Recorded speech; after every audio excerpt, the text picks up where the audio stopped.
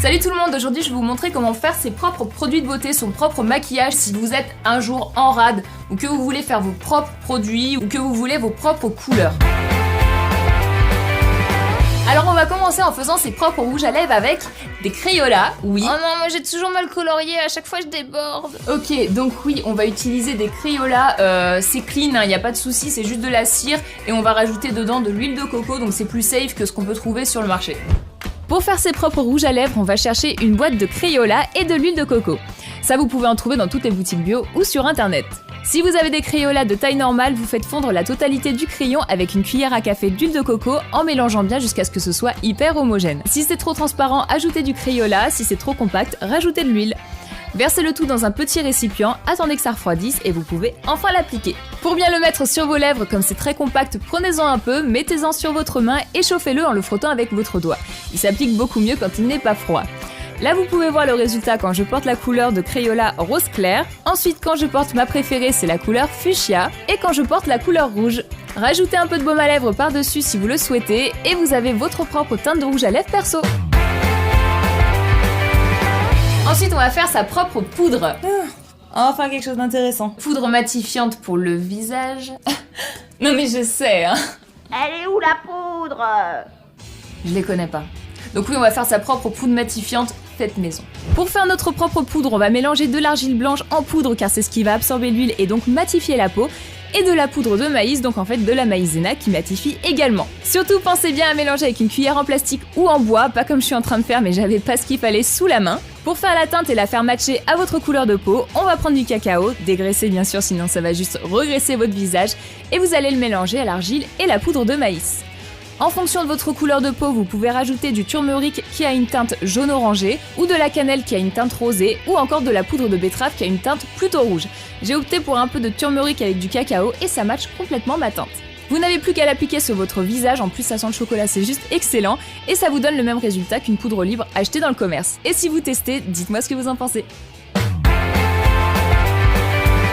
On va ensuite partir sur un eyeliner fait maison avec de l'huile de coco et des noix de cajou qu'on va brûler puis écraser, et si vous voulez pas faire ça, vous prenez juste des pigments, donc du fard à paupières écrasé et ça marche aussi. Pour faire votre propre eyeliner, on va utiliser des noix de cajou ou n'importe quelle noix et de l'huile de coco. Alors attention, on va jouer avec le feu donc prenez bien vos précautions ou faites-le avec un adulte si vous n'en êtes pas un. Je place une feuille d'aluminium sur ma table pour ne rien brûler et je place ma noix de cajou sur un cure-dent. Là je vais l'allumer avec un briquet ou une bougie et je vais l'enflammer. Encore une fois, faites bien attention, de toute manière si vous la lâchez ça tombera sur l'aluminium, donc pas de risque là-dessus. Une fois qu'elle est complètement carbonisée, vous pouvez la réduire en poudre avec une cuillère ou ce que vous avez sous la main pour que ça devienne une poudre très très fine. Bien sûr vous pouvez prendre simplement du fard à paupières noir pour ce résultat, mais je reste dans le naturel pour cette vidéo. Je rajoute ensuite de l'huile de coco pour fluidifier la poudre, vous attendez que ça sèche un peu, et voilà! Vous pouvez remplacer l'huile par un peu de vaseline, du primer pour les yeux ou de la cire d'abeille. Pensez bien à fixer votre trait avec de la poudre pour ne pas que ça bouge trop, et vous avez fait votre propre eyeliner! Bravo! Ensuite, pour virer tous ces trucs comestibles qu'on a mis sur notre visage, quoi de mieux qu'un autre truc comestible? Donc on va faire un démaquillant avec de l'huile. Et enfin, la petite astuce pour se démaquiller hyper simplement, c'est de prendre un petit flacon et de remplir la première moitié avec de l'eau en bouteille et l'autre moitié avec de l'huile d'olive vierge. Vous secouez bien le flacon pour mélanger le tout et vous en versez un peu sur votre coton. Ensuite, je vais pas vous dire comment vous démaquiller, mais ça part aussi bien qu'avec un vrai démaquillant. Ça peut vraiment vous sauver quand vous êtes à court de démaquillant ou que vous ne dormez pas chez vous. Rincez ensuite votre visage avec de l'eau pour enlever le surplus d'huile et tout votre maquillage est parti! Et on va finir avec mon produit maison préféré, le shampoing sec. Attends, tu t'es gouré. En fait, t'as dit shampoing sec, mais c'est liquide en fait un shampoing. Non mais c'est du shampoing en poudre. Quelle poudre? Où ça? Pour le shampoing sec, on va faire quasiment la même chose que pour la poudre libre, c'est-à-dire qu'on va prendre de l'argile blanche, toujours avec une cuillère en plastique ou en bois, pas comme moi.